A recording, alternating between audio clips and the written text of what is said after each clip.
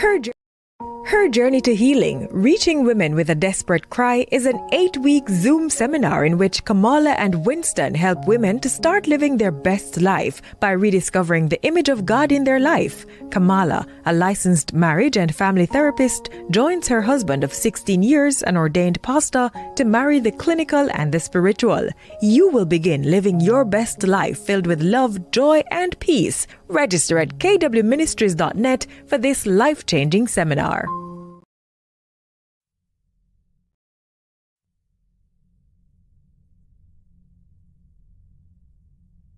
So anxious resistant. So remember there were 4 categories, right? Mm-hmm. So anxious resistant kids were on the opposite end of the spectrum.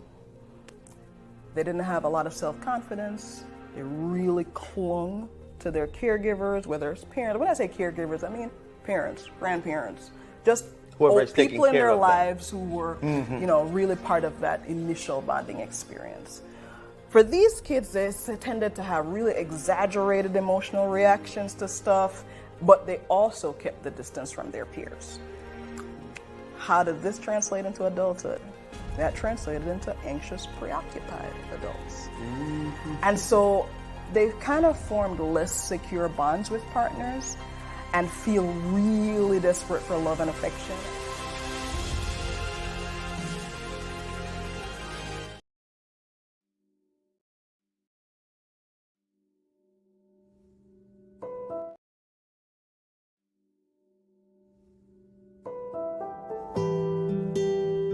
God is patient. God is kind. God is long-suffering. God never fails. God always hopes. God always trusts.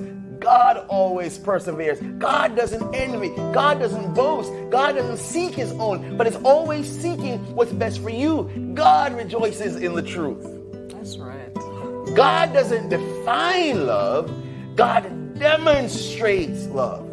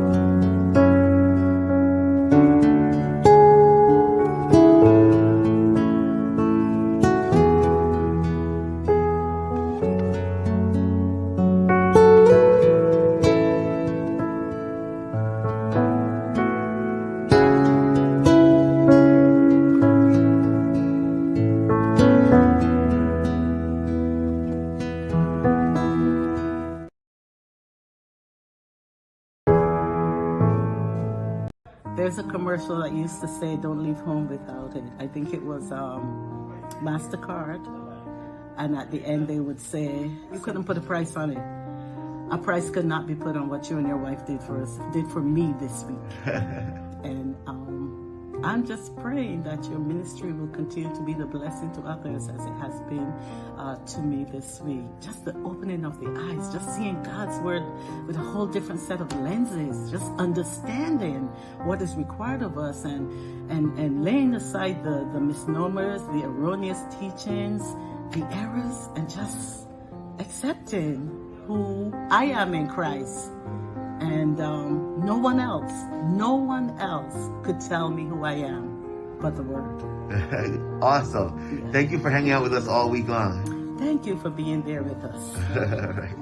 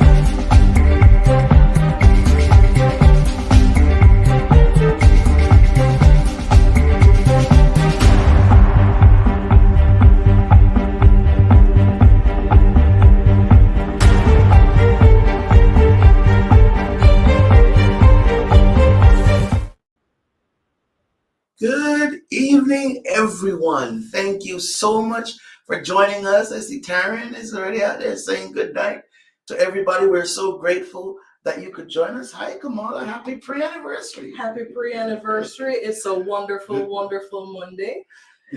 We are so glad. We're always glad. Excited to be here, yes. I wonder why that is, though. I'm really excited because here is a space where people get to tell their stories, out of our own personal story, out of our own our own journey of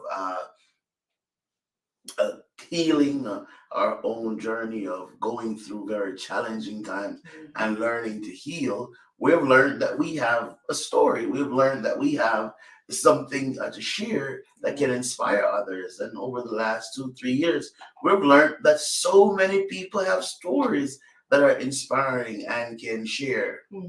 It's curious when you say that we've learned that there's so many stories. When you think about it, right? We read books, we watch movies, we do all of these things that are all about storytelling. But somehow when it comes to our personal experiences, maybe not so much now, but when times past, it was so much harder for people to share their own stories. But what we're learning is that we can really relate to each other and we can really learn from each other. We can really grow with each other. So the experiences that we've had are not just foreign, but they're part of kind of our collective story. Exactly. I was talking to somebody the other day, actually, Kamala, and Taryn says it's her pre-birthday. Of course. Yep. Happy pre-birthday, Taryn.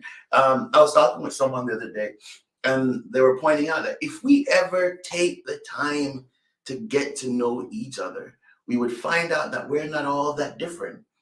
We all have very similar stories, and I'm excited about the stories we're going to hear tonight from your dad. I sure am too. Now, bear in mind, some of these stories I grew up hearing, but I'm never not amazed. I'm never not amazed. So I'm excited for him to share with everybody else. I've sat down with him before and I've heard some of them, and I'm really, excited for what we're going to share. Now, we would love for you to be in on this as Brother Glenn shares his journeys with us. We want for you to ask him questions.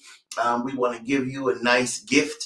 What we were doing in the past, where we were choosing the gift to give you. Now we're just going to give you a opportunity to go to the store, choose whatever you want. And the kid's going to email you some money. Yeah, they're going to email you some of our store money, use it and get whatever you want. So that's the gift. But you get a gift if you participate, if you talk to us. And as you talk to us, at the end of it, we're going to put you in a little wheel thingy, and then your name will pop out, and then you'll get your gift.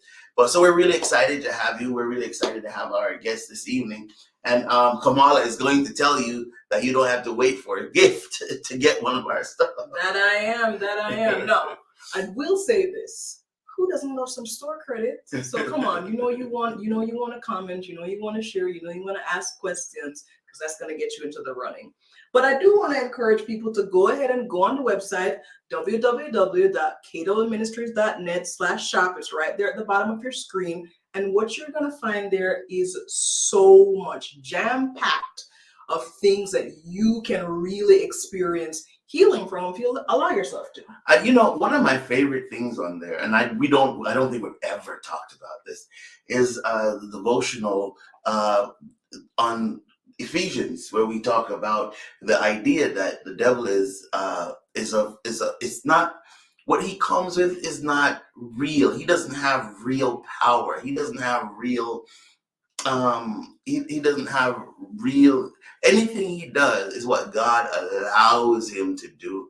And so he's not as strong as we give him credit for. And so that, but whatever you go on there and you like, please check it out. We would love for you to visit our store. So he's talking about a journey through spiritual warfare. That's the name of it. I couldn't remember it. That's the truth. No, but I want you to know, though, it's really good. It's really good. It is. And you'll notice that if you even check out just the cover of the book. I know we're not pressing you to go for one or the other. Choice is absolutely yours.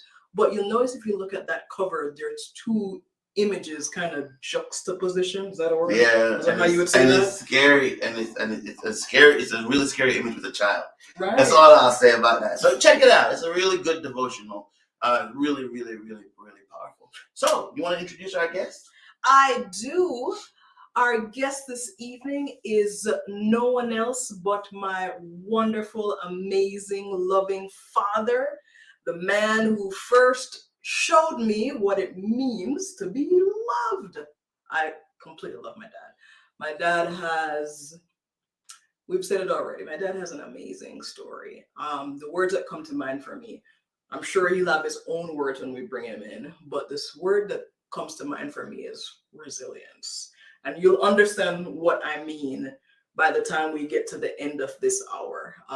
The experiences he has had over the course of a lifetime, I don't think are like anything else that you will have heard before tonight, unless you have just heard his particular story. One of the things that amazed me about your dad is he knows everyone. Oh my gosh. Okay, I have a story on this before we bring that in. I remember we were driving. This must have been somewhere in Kingston, Jamaica. We were driving along this road and we stopped at a stoplight, traffic light. And I see my dad look across at the person in the vehicle beside him. And by the time the light turns green, they can remember where they know each other from, what experience they shared together. You are not kidding. My dad knows me earlier. All right. Welcome, Brother Glenn. We're so excited to have you, my father-in-law, and let's bring him in. We're really excited to have him again. We see you out there, folks, so please join in the conversation, and let's have a good conversation with Brother Glenn. Good evening, sir. Good evening. Thanks for having me. Are you hearing me? We're happy to have you. Are you hearing me? Yes, we're here. What's going on? We're hearing you, brother. The internet issues, but we're hearing you. I'm hearing you, okay? Can you hear us? Yes, I'm hearing you. Okay, there we go. All right, wonderful. So, gosh, Daddy, the name of The name of this show, we called it A Journey to Death and Beyond and Back. And I want for you to kind of start at the very beginning. And I know this story. It's the story of your parents and your first kind of experience with loss, which a lot of people can relate to. Can you just start us off there and tell us about your childhood and that first experience of loss? Okay. Well, as I said earlier, I'm happy to be here to share my story. It's a long story for many moons now, as my story starts 79 years and 10 months ago. So it's a long time, because in 2 months in March I'll be 80 years of age. And it's all because of God's blessing. So you want me to start from the beginning, right? Yes. Well, as you know, all the way back. I was born to two loving parents. My father was a preacher in the Seventh-day Adventist Church in Jamaica. My mom was always in this church as a little boy when I was born. When I came of age to know anything, they were in the church.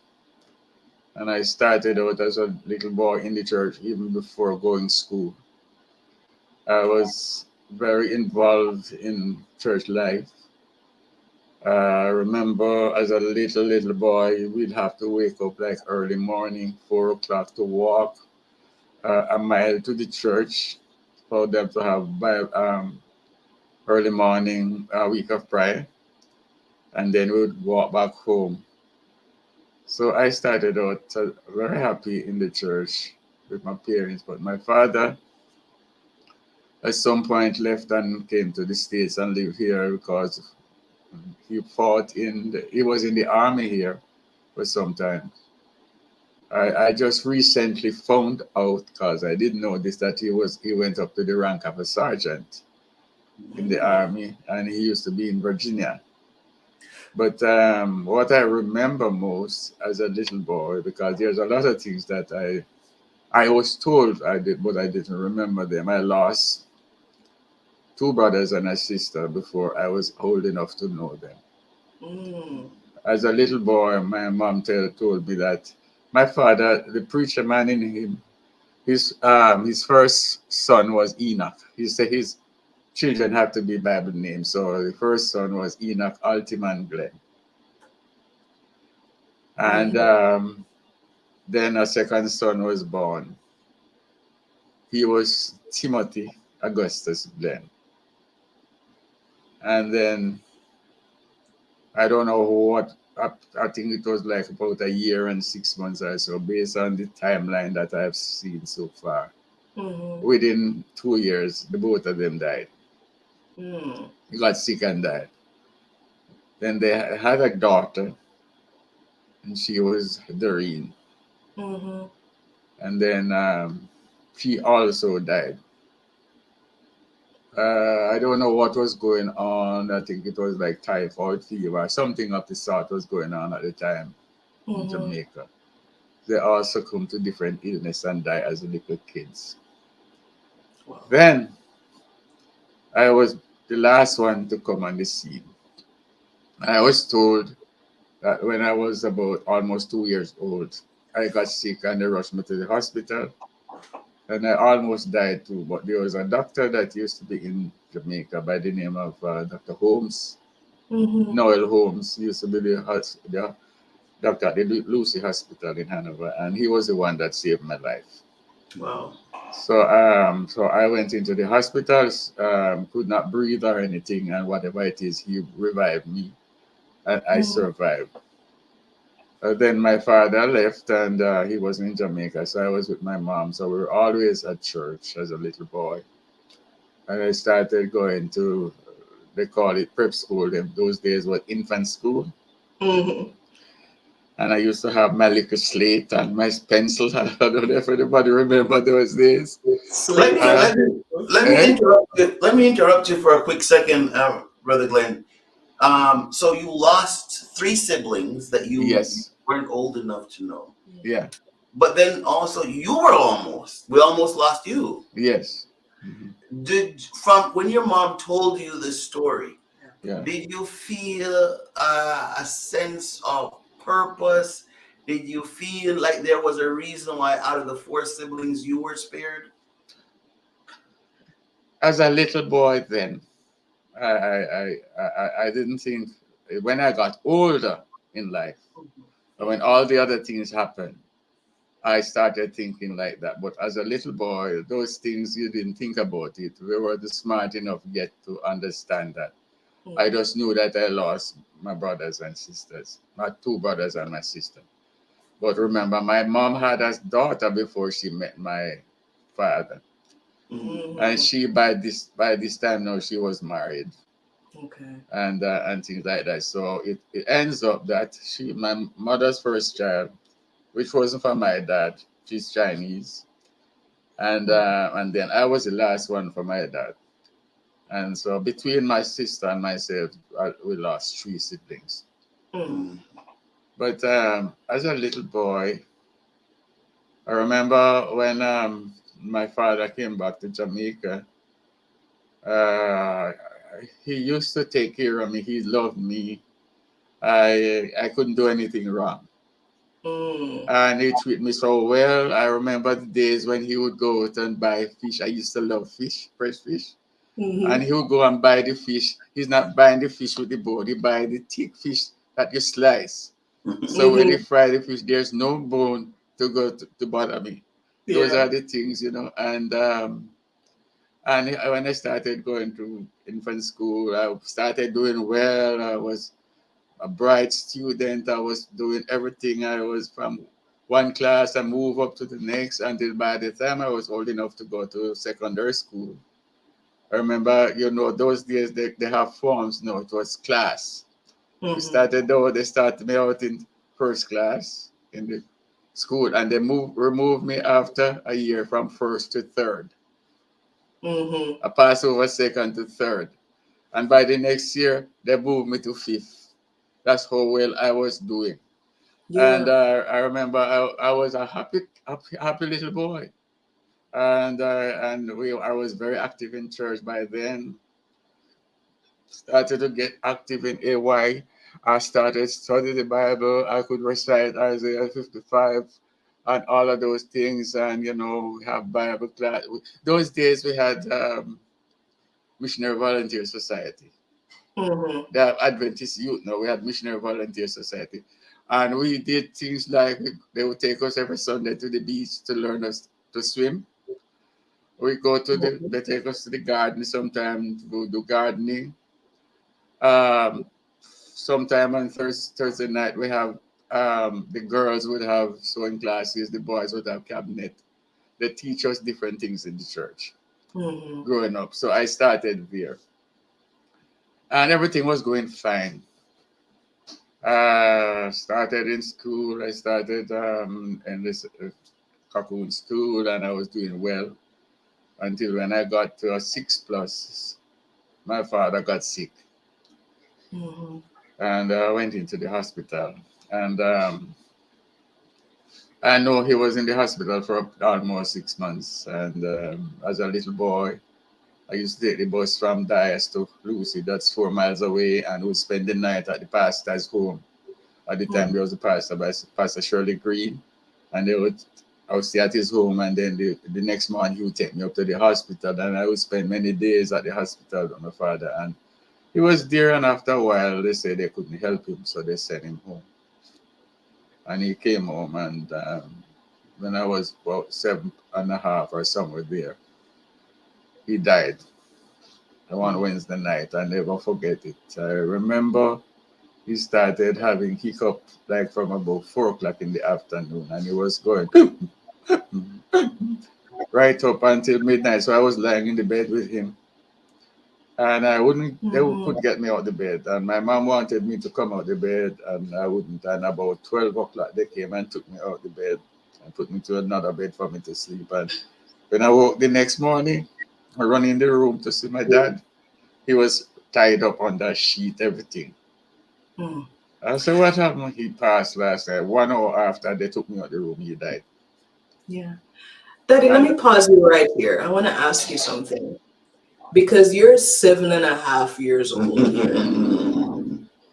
Did you even understand what had happened? That your dad was gone? Your dad had died? Did you Well, understand? I screamed so hard that morning that they had to hold me, because I ran all over the place screaming for my dad. 'Cause he was very loving and kind, and he takes care of me. And when I realized that, by then I knew what death was, and when I realized that my dad is not going to be talking to me anymore, it was a hard one for me. But we had the funeral, and everything went fine. My mom moved from where she was living and went to live with her sister. And where we were living now is right across the road from the Seventh-day Adventist Church, the Seventh-day Adventist Church in Hanover. You might know it. I think you've been there. I know Taryn went there for funeral, but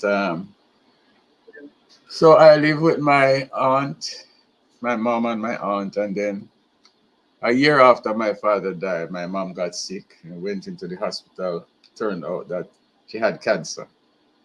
Mm. And she started suffering, and then she didn't last for very long. It was about a year and a half after my father died. My mom died.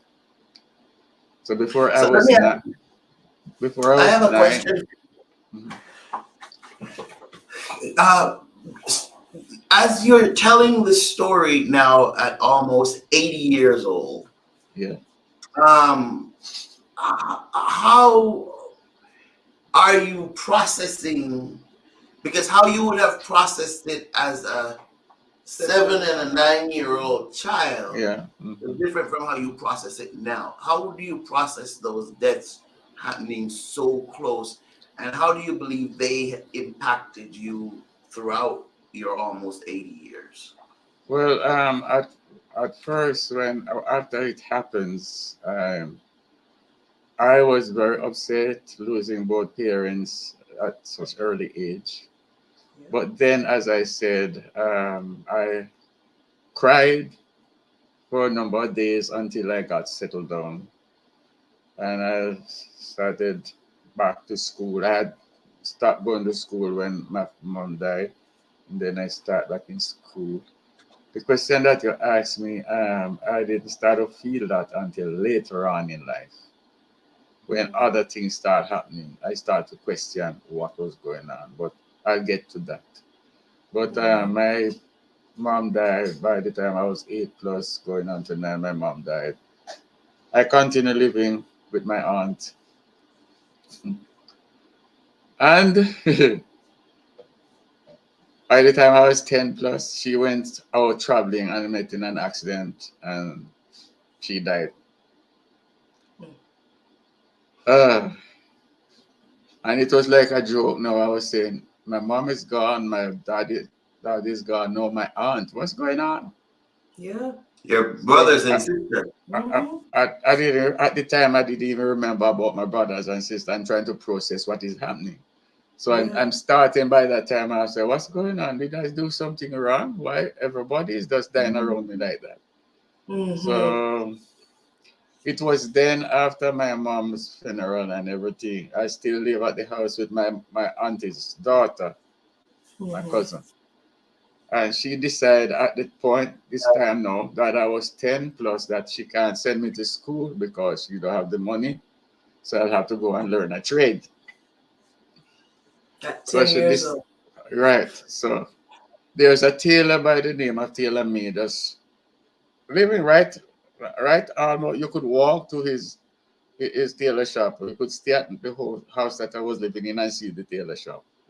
So she went out there and talked to him and said she wants him to teach me to be a tailor. And he agreed and things like that. And I went there and I started to learn the trade for him. But after spending about 6 months, all he was doing was teaching me to do buttonholes and serge pants, foot and things like that. He's not showing me anything else to like cutting. When they're cutting, they're measuring the pants and to cut it. They're not showing me that. They would, because I was so small, they just want me to do buttonholes and serging pants. So I learned very good to serge pants foot. I can do it now. Even now, I can sew it. I do everything on the machine and everything. So But let me ask you this, because one of the things that I noticed, we've never really talked about it, Kamala, but your dad is dapper. He likes, yes. he dresses, he likes to dress well. This is a sharp fellow over here. Is that where that came from? Did that come? Is that where that came from? probably, yeah. Yeah. But anyway, I started, and after about 4 or 5 months at the tailor shop, one Monday morning I went out to the shop and there was no tailor made. What happened to tailor made? He got sick and went off his head. So they took him to the hospital. He ended up in Bellevue. He went crazy. So I couldn't go back to that tailor shop. Listen to this. So I was back home. And after about 2 months, she decided to take me to the Lucy now in the city, 4 or 5 miles away, to another Seventh-day Adventist tailor by the name of Taylor Brown. And she took me there to do to learn continue learning the trade. I went there and I started there and I started doing well. Inside the tailor shop, the half of it was tailoring, 4 tailors, and half was a barber shop. So one of the tailor was Taylor Brown. So he's a Seventh-day Adventist, go to the Lucy Church. So I started the trade with him. And after about another 4 or 5 months, I got on the bus and went to Lucy's one Monday morning. When I got to the tailor shop, there's a big crowd there. What happened?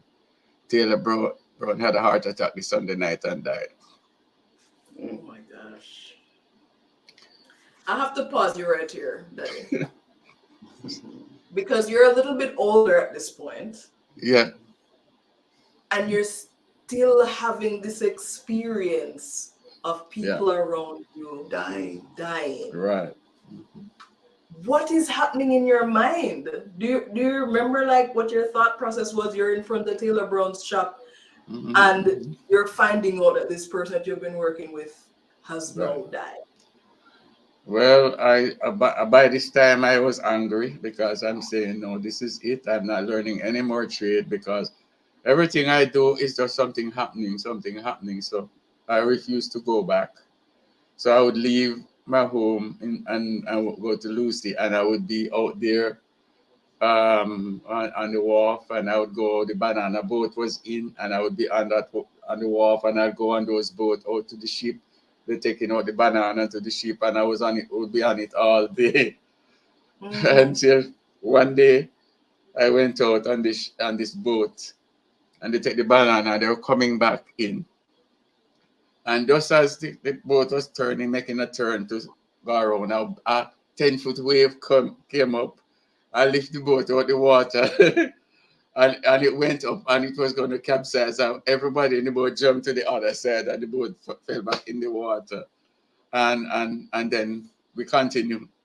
I saw death that day. But anyway, we make it back to shore. So I said, no, this is too close. So no, I'm not going back. So this is when I left Hanover.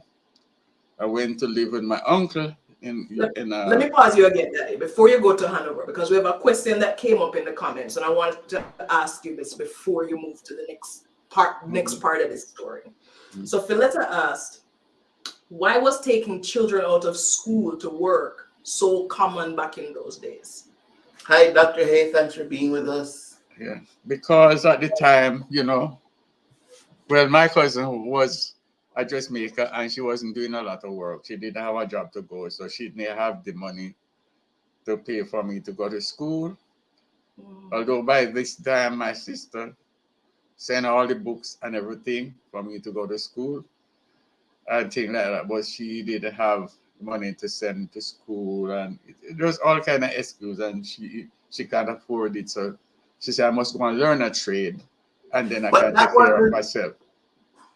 But that wasn't just your experience. I think what Philetta is getting at is, what was the psychology of the time why parents thought or caregivers thought it was okay to remove children from school at that age? What was the I, psychology at the time? What was it that they I were think at the time they were trying to get you to have a skill because they weren't think I wanted to go. My whole idea as a little boy, because everybody in the church, young men, was aspiring to go West Indies College. Mhm. Because I was in the church with some other people who went to the college, Pastor Kent, Donald Kent, Pattison, Linford Williams, all of those were boys in the church, and everybody wanted to go. So that's what I want. But because I didn't have any parents, there was nobody to help me at the time. My sister couldn't help to pay all of those things. So the easiest thing for you to do is go get a trade. A And then when you trade. start to work, you can probably further your education. So Okay. a lot of us as children we went into different trades. Some went into tailoring, some in plumbing, some in mechanics, things like that. But I wanted to be a mechanic, honestly. I wanted to be a mechanic, but my cousin said I must do tailoring, and I wasn't too interested in the tailoring. That was one of the things. So everywhere I went, it's like the devil step in and stop it. So by then I said, I'm going to go to my uncle. My mother have a brother in Westmoreland, so I'm going to go there. So I remember went on a cane truck. I didn't have any money to pay a bus fare, so I went on a cane truck that was going to the Froome Sugar Factory in Westmoreland. Although this was a cousin of mine driving it, my mother's cousin, so Jim. So he took me in the truck, and when we got to Lincoln in Greenwich, Top Lincoln, he dropped me off at my uncle's place. And I went there with the one suit of clothes and my back, nothing else. And my uncle said, well, you're my sister's one child, so you're going to have to stay with me. So I went there and I lived with my uncle Eugene for a year. He was working at the Froome Sugar Factory then. And after a year and about 4 months, one morning, he used to ride his bicycle to work. And he went to work and he didn't come home the evening. So when Aunt Maud, his wife, went to find out what happened, he was in the Sabama hospital. What happened? He was a diabetic. And apparently he didn't eat the morning and went to work early. And he went into a diabetic coma. And they took him to the hospital. He never revived. And then he died. So, What? so that was 12 plus. Yeah. So No, I that said, is. Dr. Hay made a comment here. She said, my, how much death can a child endure? You're just 12 years old at this point, yes. and uncle is gone. So by this now, after my uncle died, my uncle's wife said, well, I can keep you now because the breadwinner is gone and I have all the other children them. So at this time, my sister decided I should come and live with her. Yeah. So I went, they put me on a bus, fixed me up and put me on a bus and sent me to Trelawney to my sister. So between 12 plus and 16, I lived with my sister in Trelawney. When I went there, I went back to school for a while and then I started working in my sister's business. And you know the rest. And then I left at age 16 to big city Kingston to try life for myself and to try to get back into school. Yeah. So I left and went into Kingston at age 16 plus, and then by age 17, I got my first job with the fire department in Kingston. I believe that they at the stoplight, it was somebody who worked Yeah, it was a fireman. Yeah, with the yeah. fire. So so that was my early childhood, and I started to wonder what's next going to happen because everywhere I go, is death. So I started thinking by this time now that apparently something is wrong with me. What at one point I was questioning what did I do? Why I'm losing everybody like that? And everywhere I try to do something, there's always a block. But I've learned over the years that if the devil sees that you're trying to do something good, he always come in with something to disappoint you. But with all that early disaster, I when I came to this country to live, I see that people, everything happened to you. You get a counselor to come counsel you or to sit with you. As a little boy growing up, I had no one. There was no counselor for me, nobody to tell me, to talk to me about anything. I was just on my own, trying. So at age 16, I decided to go to the big city, Kingston, and I started working different jobs. And then I got a job with the Let fire me ask department. you. Let me ask you a question.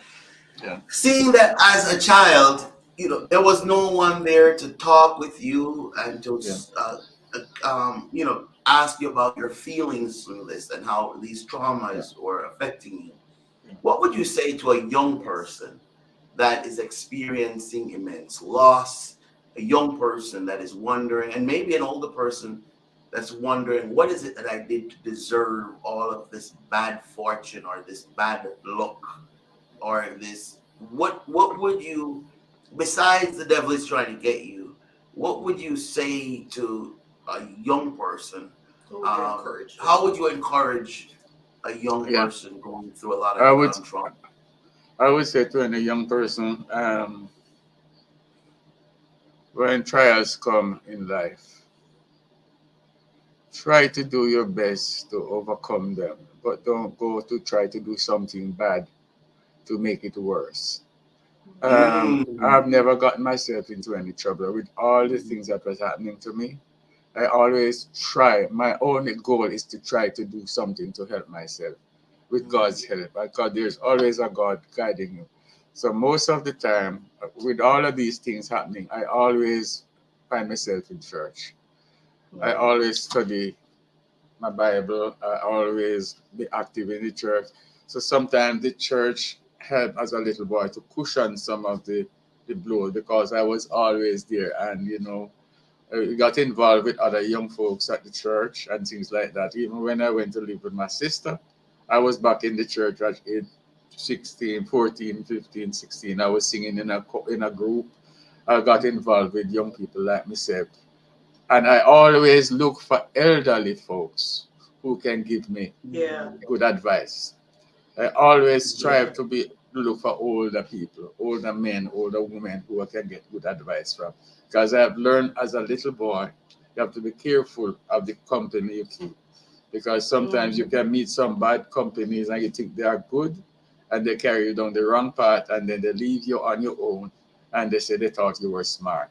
So I pick up that at an early age. So I try to stay away from the crowd. I was always like alone. I stay away from the crowd. I didn't follow the crowd. I always look for elderly folks who I can get advice from. And that's what helped me.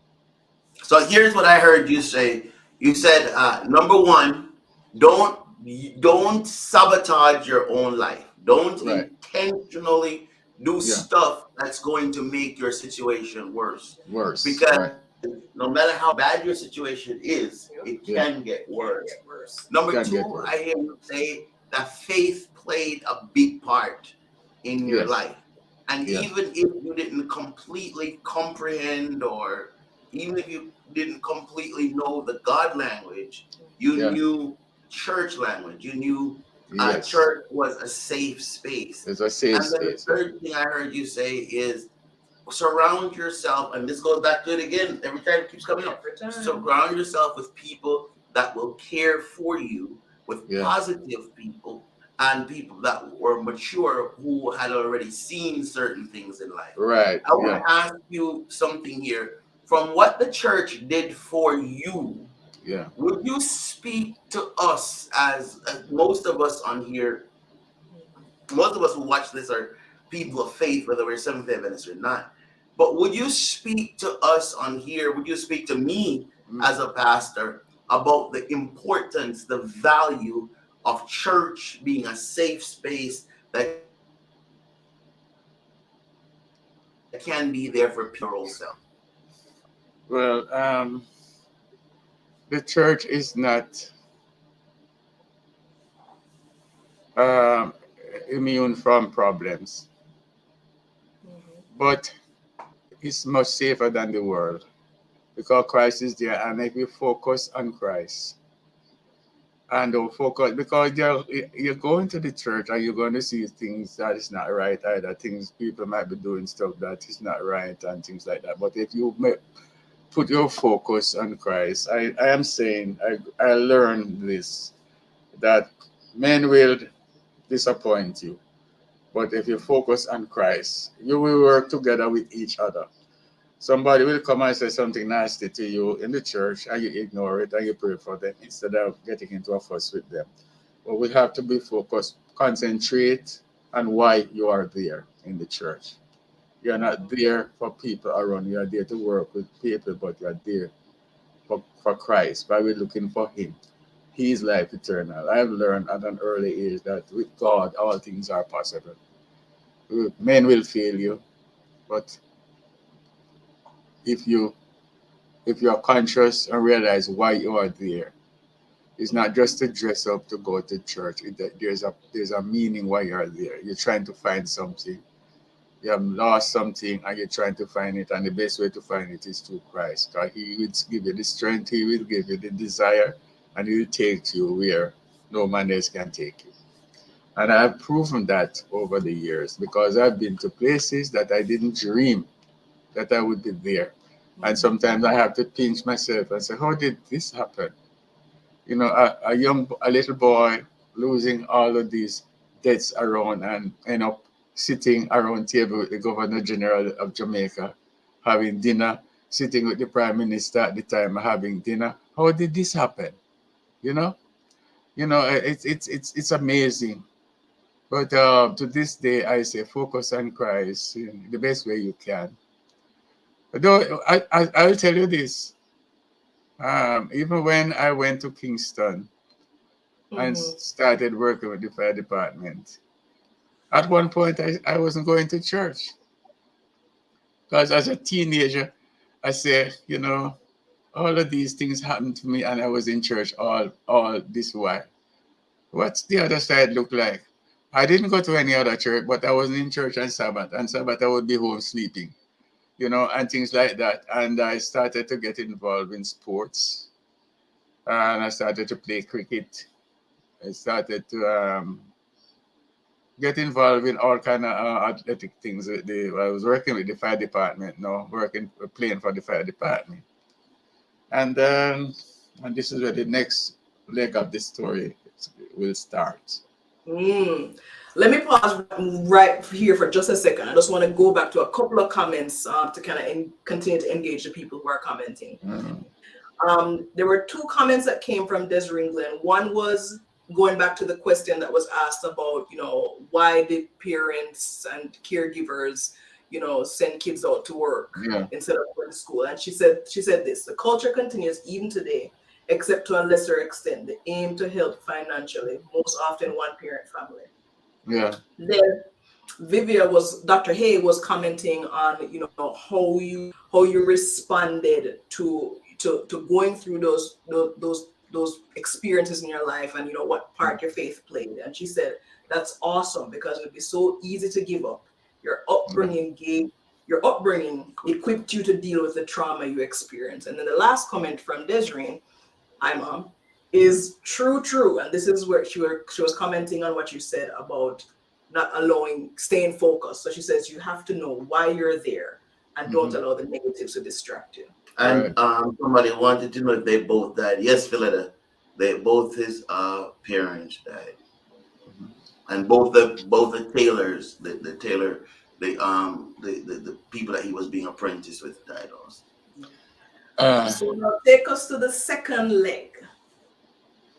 Okay, the second leg now. I came to Kingston. The Lord has brought me through all of this trauma, and I was able at age 17 to land a job with the fire department in Kingston. And this is where I say, okay, I'm going to start to go back to school. So I started working with the fire department, and I started going to commercial school. I started to do accounts, maths, I did 5 subjects: economics, statistics, accounts, law, and maths. And I started out, and after almost a year, I was working with the fire department from 17 until I was 21, 22, going on there.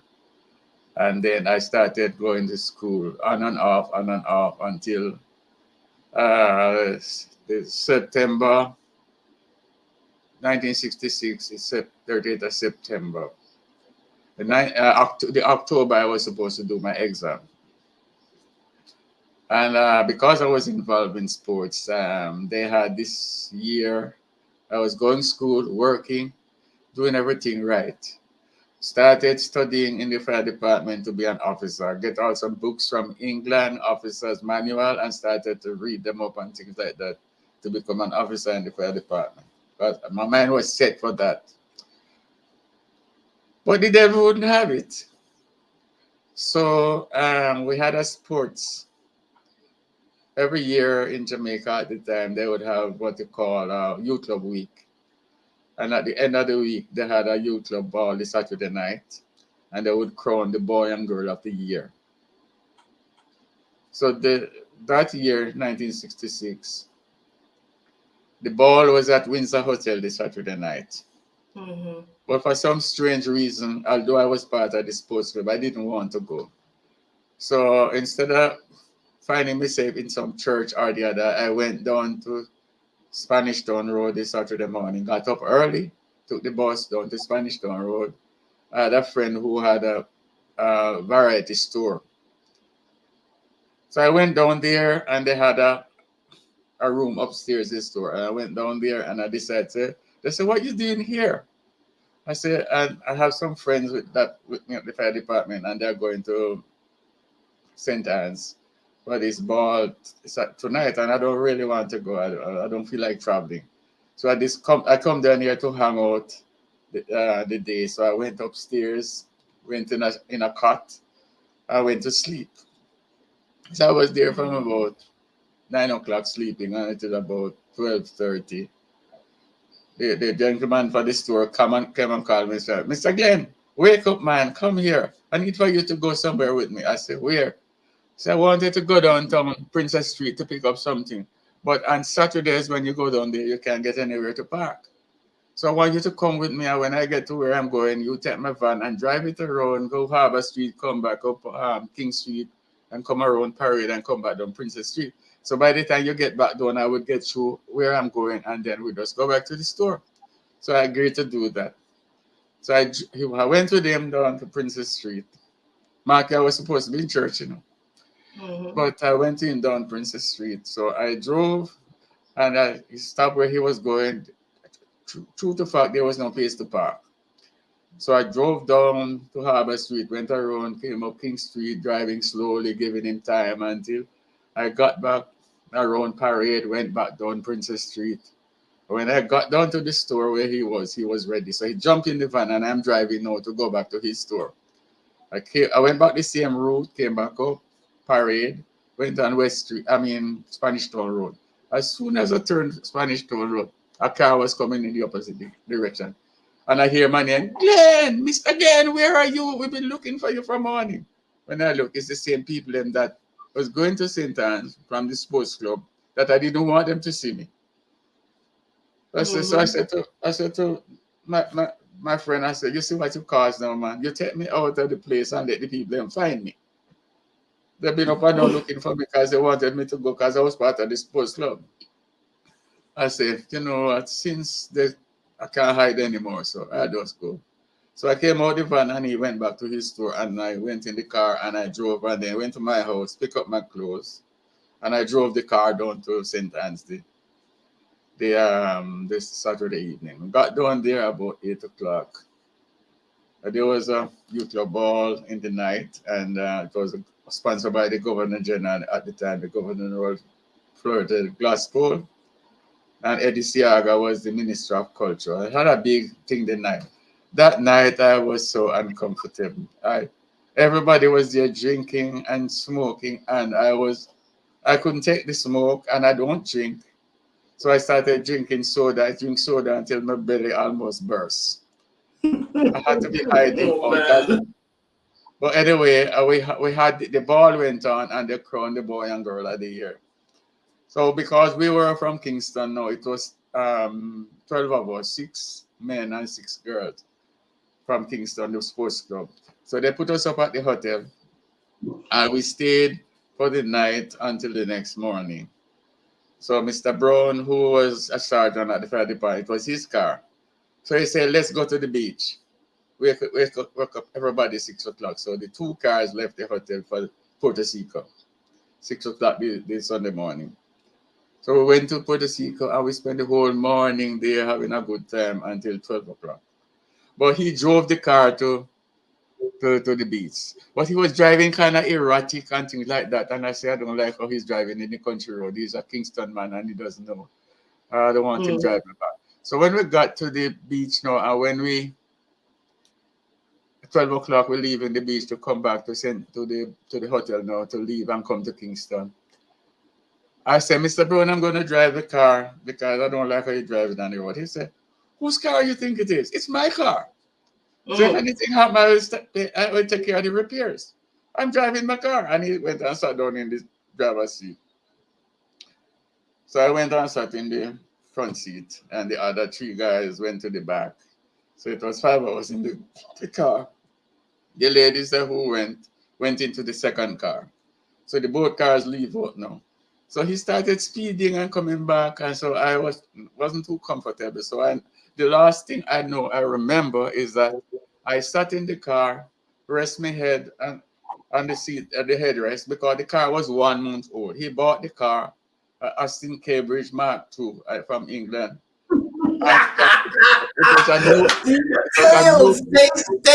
Stacy was just talking about your memory, man. Yeah. You It was a newborn car. The car was 1 month old. And how he bought that car, he sold some property to the backside, and he got this lump sum of money, and he bought the car cash. So I was sitting in the car, and I don't know whether I fell asleep or what, but I remember going on the road, and he was overtaking and passing some Dre and some other cars. And the next thing I know is that I woke up 11 days later in the St. Anne's Bay Hospital. Yep.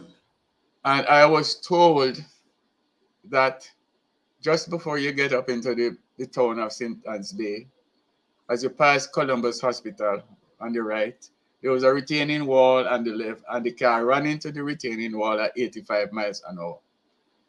So the car crumbled around the wall. So the fire department people come, that's what I was told. They cut the car up to get us out. The driver's head was ripped from his body. That's what they said. The steering did that. And where I was sitting, the front seat, the passenger seat, that's where the engine block was.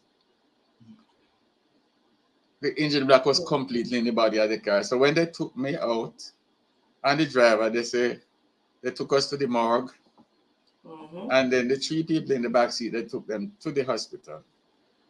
That was at 1:30 this Sunday. And at 3 o'clock, I was told that it was announced on RGR, car crashing sentence, 2 dead, 3 critical in the hospital.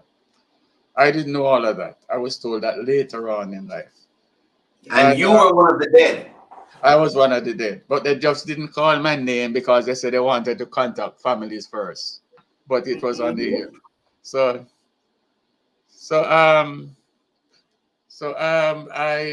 I was told that I was lying in the morgue, and then Mr. Bacon, or the guy who drove the other car, the second car, he said at 5:30 he came to the morgue to get one more look.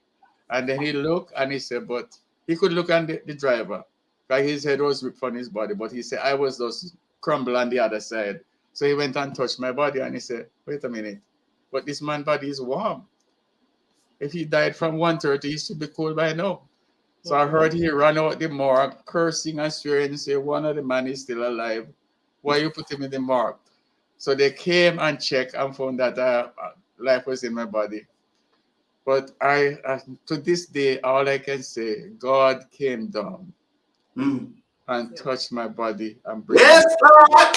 I am not supposed to be alive. They took me out the car, out the morgue, took me to the hospital. This Sunday evening at about 6 o'clock, I was told. They put me on a stretcher, said to put me in the ward and put me in a little room adjacent to the ward, and that's where I was for the next 11 days. The day when I came back conscious, I was, you know, when you go to sleep and you're waking up and your eyes are closed, but you realize that you're up, but you don't open your eyes as yet. And I'm lying down and I'm thinking, where am I? How am I in bed sleeping? And then it started dawn on me. I was coming from the beach. I was supposed to go to the hotel to get my clothes. As a matter of fact, until this day, I didn't get those clothes because we didn't get back to the hotel. So I don't remember getting to the hotel, and I was supposed to go to Kingston to go to work the same Sunday evening. But I don't remember doing all of those things. So how come I'm sleeping? So I couldn't figure it out. So I opened my eye. And when I opened my eye, I saw this woman in full white sitting on a chair beside it where I was crocheting. So I was kind of puzzled and said, wait. So I this is what I said, wait, what happened? She threw away the thing in her hand and jumped up. And this was her word. It's registered to me until this day. Wait, what happened? You're asking that question. You're in a car and the driver died, and you're here in the hospital and you ask what happened. Oh my gosh. My God. When she said that, I didn't even know what she was talking about, honestly. Yeah. I did not know what she was talking. I heard that she almost got fired. She was a nurse, because they said that was the last thing you should say to somebody who's coming out of a coma. But she was a young nurse. And then she called and the crowd came and the doctors came in. 3 doctors was in the room and they started to check me. One was asking me my name, my address, where do I work? And I was still there puzzled because I didn't know anything yet. Why are they asking me all of these questions? So I learned later they were trying to pick my brains to see if I was. Oh, damn it. And when they finished questioning, they decided to move me to the ward. And when they moved that trolley, I realized it was on wheels. And when they rolled it off, they rolled it for about a foot. All the pain started and I screamed. And they said, what happened? I said, no! Pain. So they take time gingerly, and get me to the ward. And then they had to lift the whole thing with me, put me on the bed, and then they roll me and take the canvas out. I stayed in bed that night with painkillers, and the next morning they do the same thing and take me to the theater to do x-ray. That's when they discovered that my pelvic bone burst wide open, my 2 hip was dislocated. So that's where the pain was coming from. Yeah. And then there was I have a lot of cuts all over my body and my mouth. There was a hole through in my chest here, my hand, my feet, my right feet, the shin, everything was, I was told, because I couldn't look down. The skin was off. They picked splinters out the shin, but it didn't break. I think the thing slide over it and tear the skin off the engine when it came in.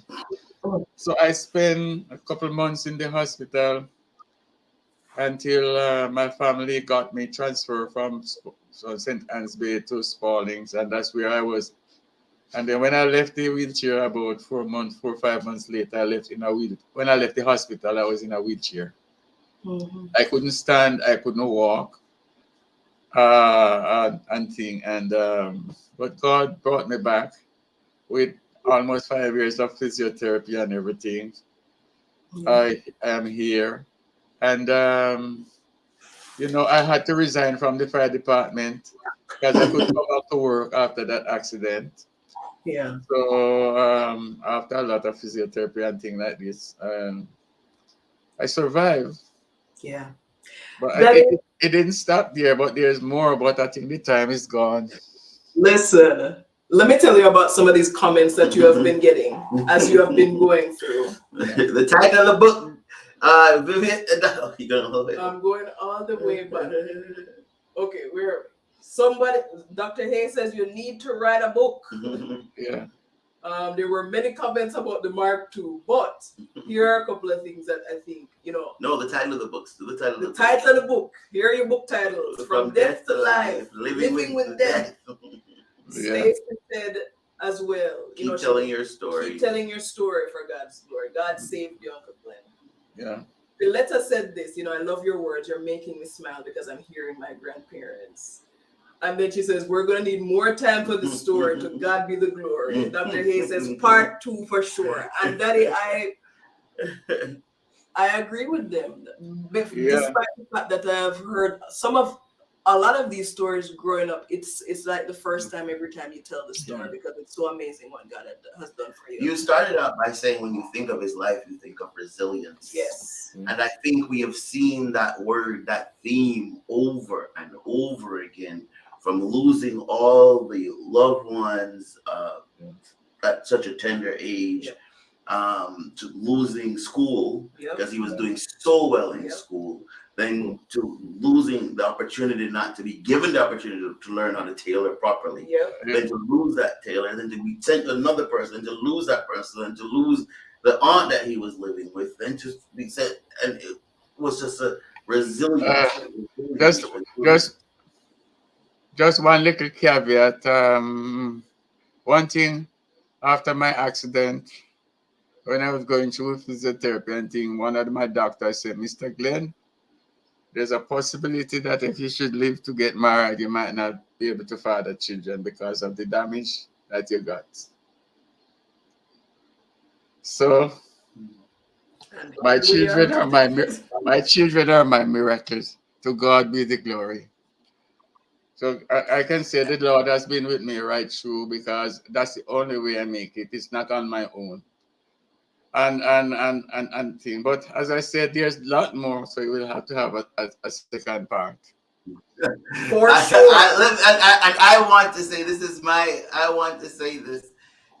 All this, when you got to that part of the story, all I could think of was thank you, Lord, that he didn't die. Because if he died, my wife and I wouldn't be getting ready to celebrate 17 years of marriage. And so we really praise God for you.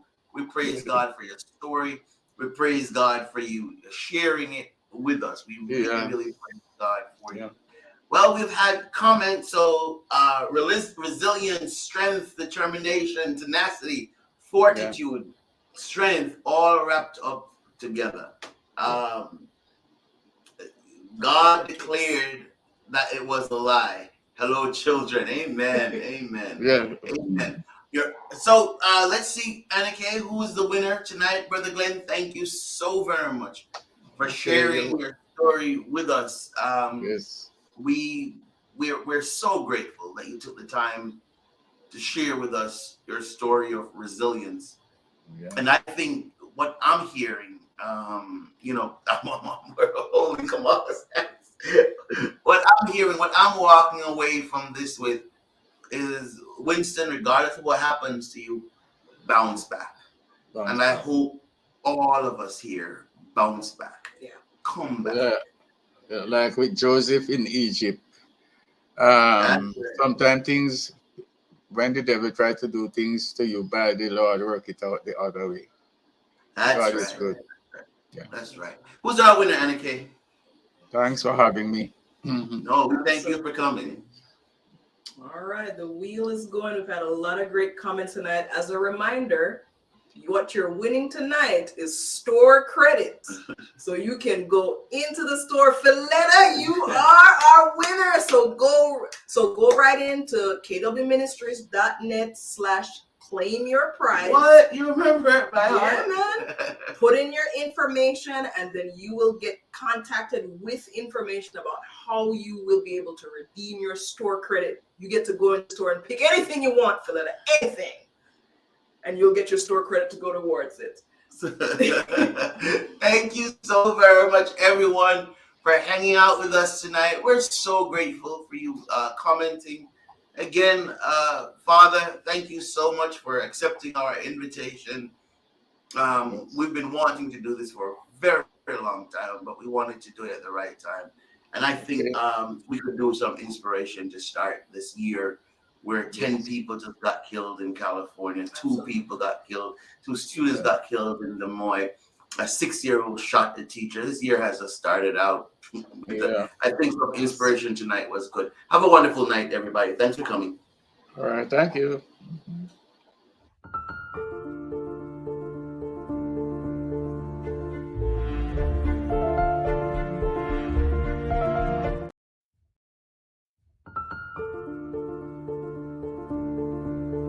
Punchline for prejudice was a punchline. That was good.